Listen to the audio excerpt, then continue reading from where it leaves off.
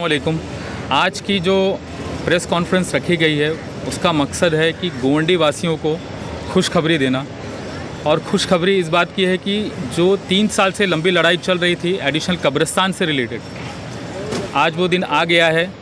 माननीय उच्च न्यायालय ने 8 तारीख को 8 नवंबर और 10 नवंबर के ऑर्डर के मुताबिक देवनार कब्रिस्तान से सटी हुई जो जगह थी जिसकी लड़ाई चल रही थी 5242 स्क्वायर मीटर, ये तकरीबन 57,000 स्क्वायर फीट जगह कब्रिस्तान के लिए दे दी गई है।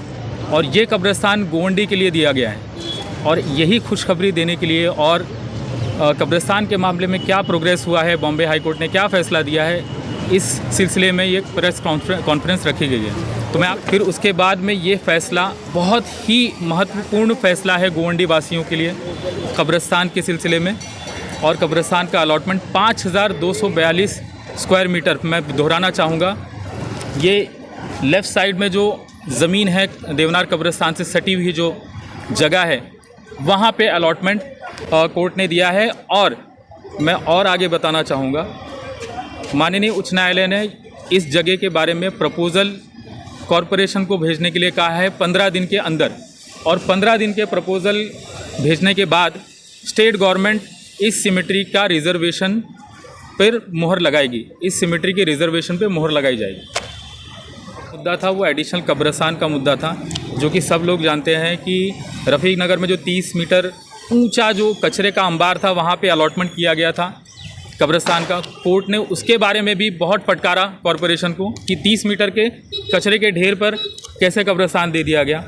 तो जो ज़रूरत थी वो कब्रिस्तान, एडिशनल कब्रिस्तान की ज़रूरत थी, न कि वो कोई मिट्टी का या कोई सॉइल का मुद्दा था।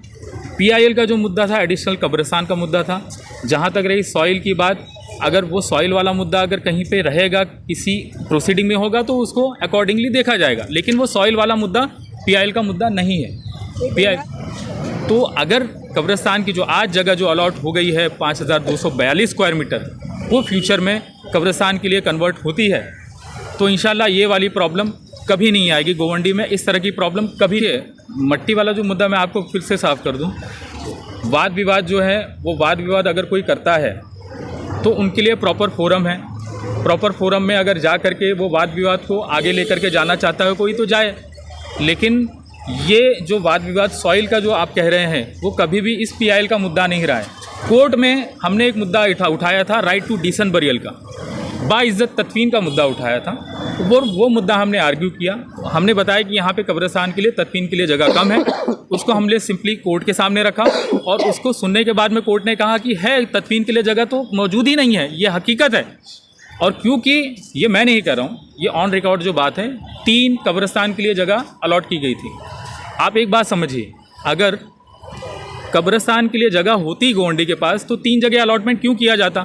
पहली बात तो ये देवनार का कब्रिस्तान है, उसके बाजू में वो अलॉटमेंट थी और उसके लिए रिकमेंडेशन कमिश्नर ने भेजा था। दूसरा, रफ़ीक नगर का 16,000 स्क्वायर मीटर का कब्रिस्तान। तीसरा, आनिक विलेज में 16,800 स्क्वायर मीटर का कब्रिस्तान।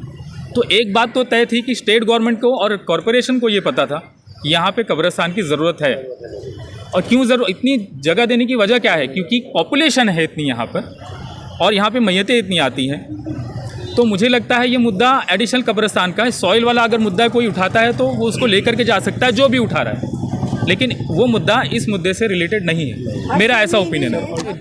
मुद्दे जो होते हैं समाज से रिलेटेड वो जनप्रतिनिधि का भी काम होता है और कॉमन सिटीज़न का भी काम होता है। मुझे ऐसा लगता है अगर जनप्रतिनिधि अगर आगे ना बढ़े तो मुझे लगता है ये कॉमन सिटीज़न की और एजुकेटेड, खासकर जो एजुकेटेड वर्ग के लोग हैं, उनकी भी जिम्मेदारी बनती है कि वो आगे जाएं और समाज से रिलेटेड जो मुद्दे हैं वो उसको उठाएं।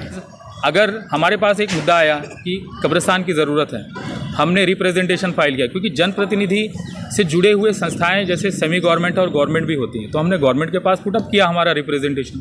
हमने कॉरपोरेशन के पास भी डाला।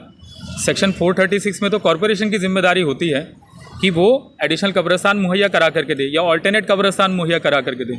लेकिन जब हमारी सुनवाई नहीं हुई तो हमने एक PIL फाइल की, उसके बाद उस पर भी फैसला कॉरपोरेशन ने पूरी तरह हमारे हक़ में नहीं दिया तो हमने दूसरी भी PIL फाइल की।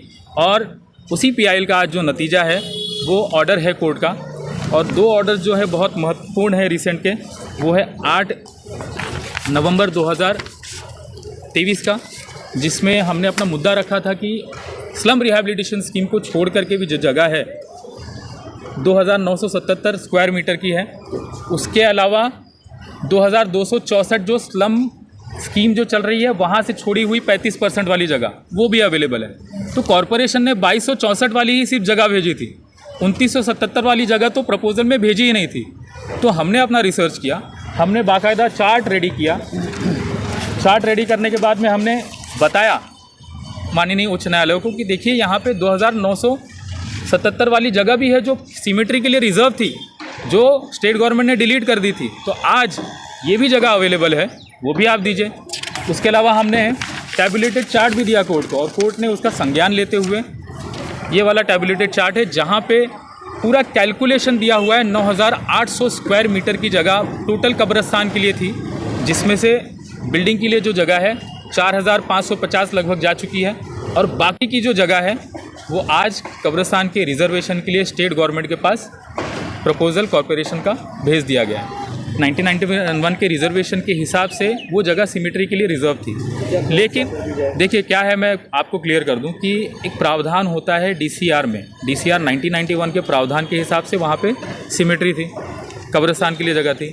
लेकिन उसी के एक प्रावधान के हिसाब से अगर कोई जगह पर जहाँ पे रिजर्वेशन है वहाँ पे अगर कोई स्लम आ जाता है, तो स्लम आने के बाद में वहाँ पे स्लम स्कीम या झोपड़पट्टी वासियों को रिहैबिलिटेट करके बिल्डिंग बनाई जा सकती है, और 65% जगह उस जगह पे बिल्डिंग के लिए ली जा सकती है, और 35% जगह सिमेट्री के लिए या जो भी ओपन रिजर्वेशन है, गार्डन है, उसके लिए छोड़ा जाना चाहिए। ऐसा प्रावधान है, क्योंकि हमको ये पता था कि यहाँ पे रिजर्वेशन हो चुका है, लेकिन इस पे बिल्डिंग का प्रपोजल भी जा चुका है।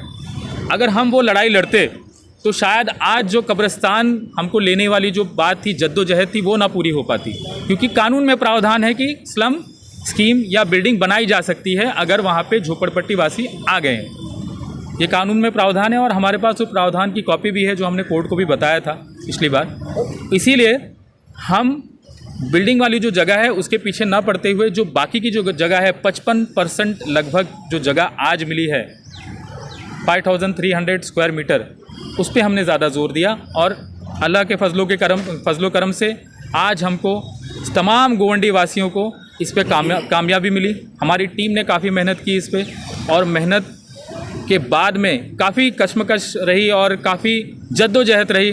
उसके बाद में आज 3 से 4 साल बाद ये हमको कामयाबी नसीब हुई है, और ये फ़ायदा सभी गोवंडी वासियों के लिए है, सभी के लिए। कब्रिस्तान की जो जगह शॉर्टेज पड़ रही थी, कुछ लोग आ रहे थे अपने मैयत अजीज़ों की